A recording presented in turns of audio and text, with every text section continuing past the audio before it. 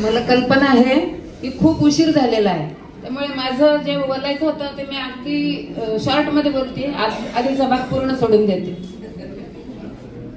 तर एकदम शेवटाकडेच जाते. त्याच्यात प्रत्येकाचा जीवनपट सुख दुःखाच्या धाग्यांनी विणलेला असतो, पण माझं भाग्य असं की दुःखाच्या काळपट जीर्ण धाग्यांपेक्षा सुखाच्या भरजरी नक्षीचा भाग माझ्या वाटेला जास्त आला. दोन्ही मुलं अभ्यासू होती, त्यांनी विविध परीक्षांमध्ये करिअर मध्ये मिळवलेल्या यशाने खूप आनंद दिला. श्रीयुत पुंडे यांना MSS इंडिया ही कंपनी नाशिकला स्थलांतरित करण्याचे काम मिळाले होते. त्यासाठी इंग्लंडमध्ये मँचेस्टरला जाण्याची, तिथे राहण्याची आवश्यकता होती. मी शाळेतून रजा काढून त्यांच्यासोबत गेले. 25 ते 28 वर्षापूर्वी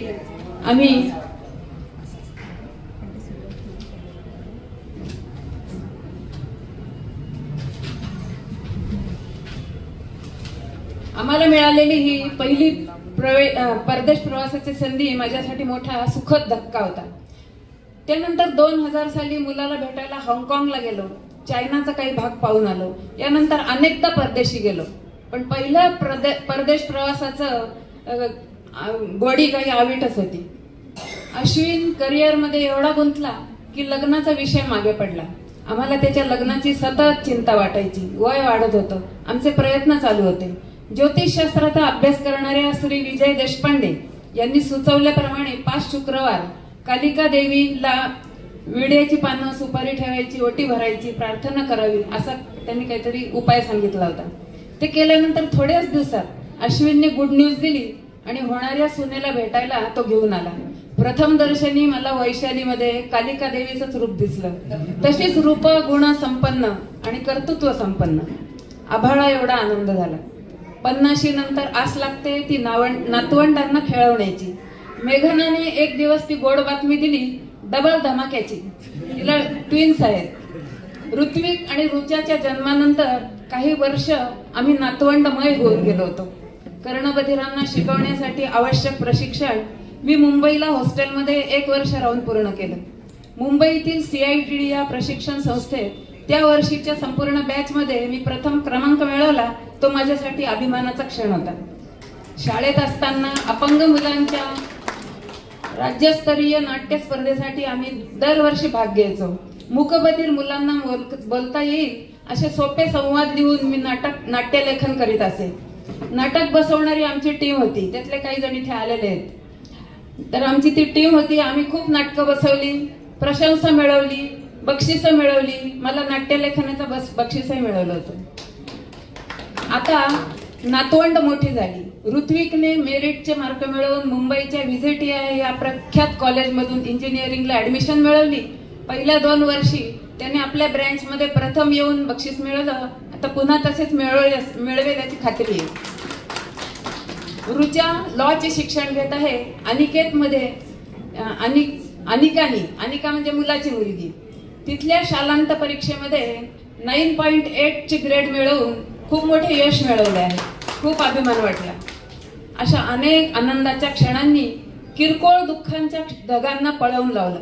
आयुष्य आनंदी आणि समाधानी केलं. सध्या लेटेस्ट आनंद देणारी एक गोष्ट सांगून मी माझे मनोगत पूर्ण करते. आता इथे उपस्थित असलेल्या 60 ते 70% लोकांनी व्हॉट्सअपवर पाहिलेला माझा गाण्याचा व्हिडिओ मी स्वतः काढीचाही प्रयत्न न करता गेल्या 5 वर्षात 3 ते 4 वेळा इतका व्हायरल झाला की त्याबद्दल कौतुक करणारे अनेक मेसेजेस मला आले आणि फोनही आले. फारसे कष्ट न करता एवढी प्रसिद्धी मिळाली की मी जाम खुश झाले. काटछाट न केलेला तो व्हिडिओ काटछाट केलेला सर्वांनी पाहिलेला आहे. आता मी लाईव्ह स्वरूपात तो सादर करते आणि बोलण्याचा समारोप करते.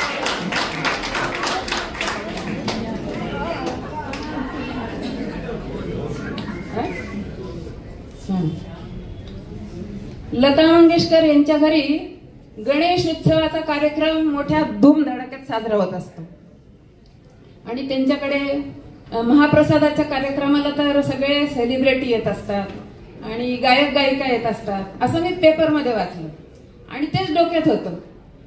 त्यामुळे रात्री मला स्वप्न पडलं. मी स्वप्नात सरळ त्यांच्या घरची मेजवानीच पाहिली. पंक्तीमध्ये अरुणदाते बसले होते.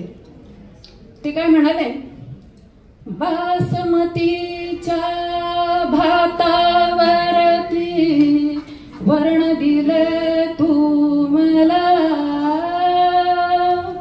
वरणावरती धार तुपाची देशील काग मला.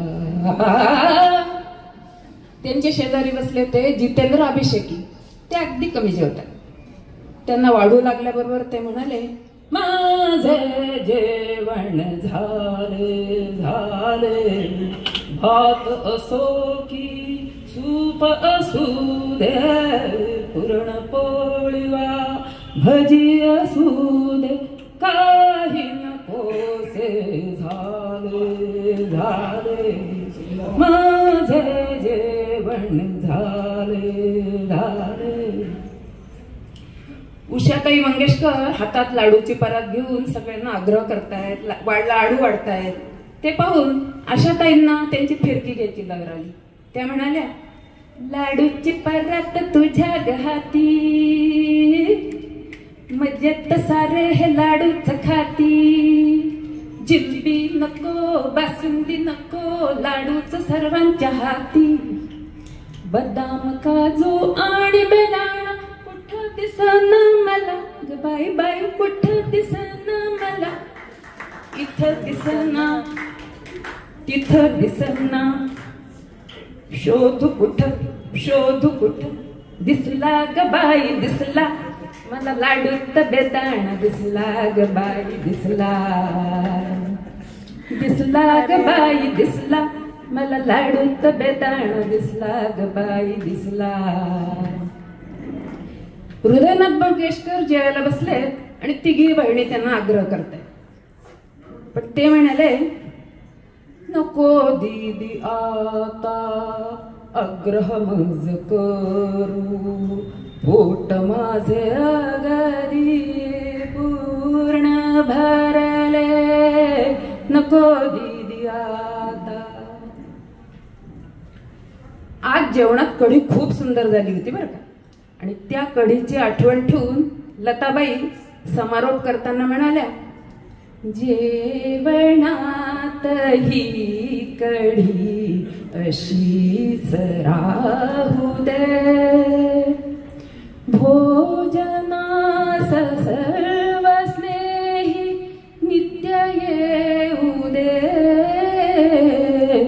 जेवणात ही कढी अशीच राहू दे.